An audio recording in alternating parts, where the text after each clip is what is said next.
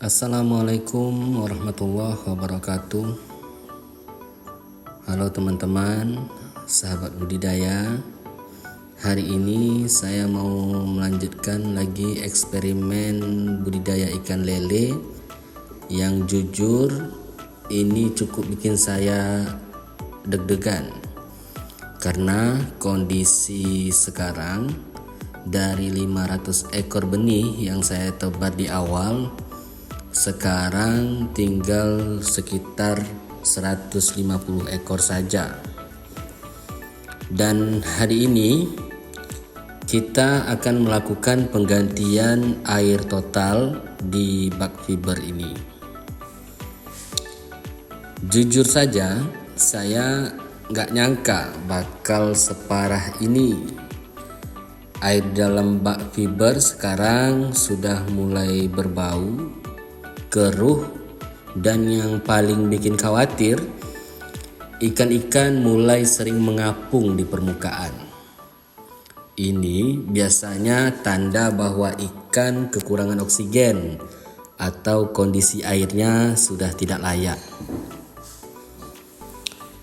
Kalau sahabat budidaya sudah mengikuti dari awal, saya mulai eksperimen ini dengan menggunakan air SPAM tanpa diendapkan, dan itu ternyata jadi kesalahan besar. Di hari kedua sekitar 200 ekor ikan mati, kemudian saya ganti air dengan air parit dan sempat stabil. Tapi ternyata masalah belum selesai sampai di situ.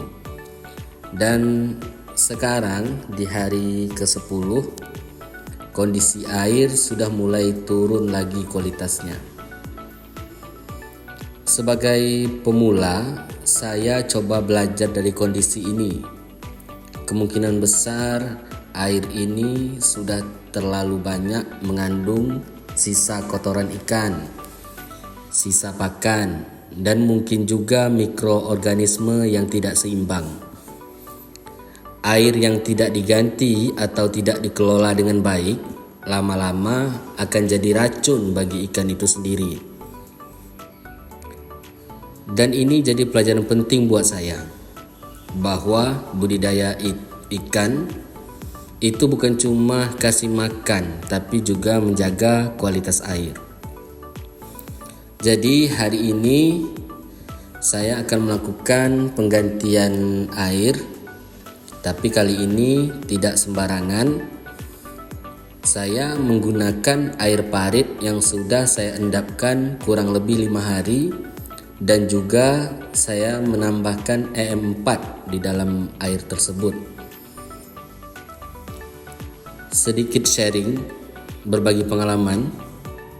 EM4 ini biasanya digunakan untuk membantu memperbaiki kualitas air karena mengandung mikroorganisme baik.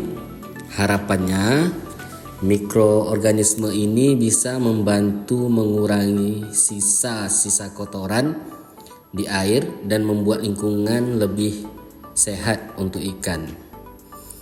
Tapi ini juga masih bagian dari eksperimen saya ya. Jadi kita lihat nanti hasilnya bagaimana. Sekarang kita mulai proses penggantian airnya. Air lama kita keluarkan terlebih dahulu. Jujur baunya cukup menyengat.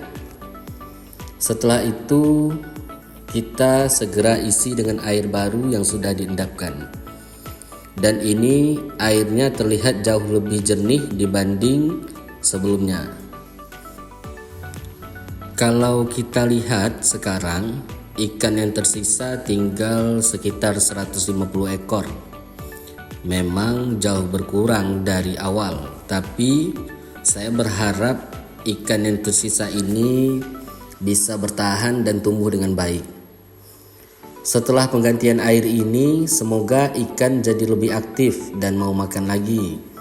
Dari pengalaman ini, saya benar-benar belajar bahwa dalam budidaya ikan, kesalahan kecil di awal bisa berdampak besar ke depannya. Tapi di sisi lain, ini juga proses belajar yang sangat berharga buat saya sebagai pemula. Ke depan, saya akan terus update perkembangan ikan ini. Apakah setelah penggantian air ini kondisi akan membaik atau masih ada tantangan lain. Buat teman-teman yang juga sedang belajar budidaya, kita belajar sama-sama ya.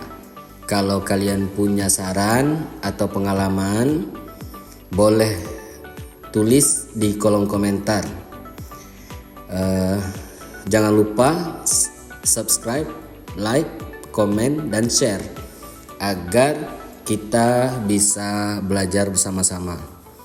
Karena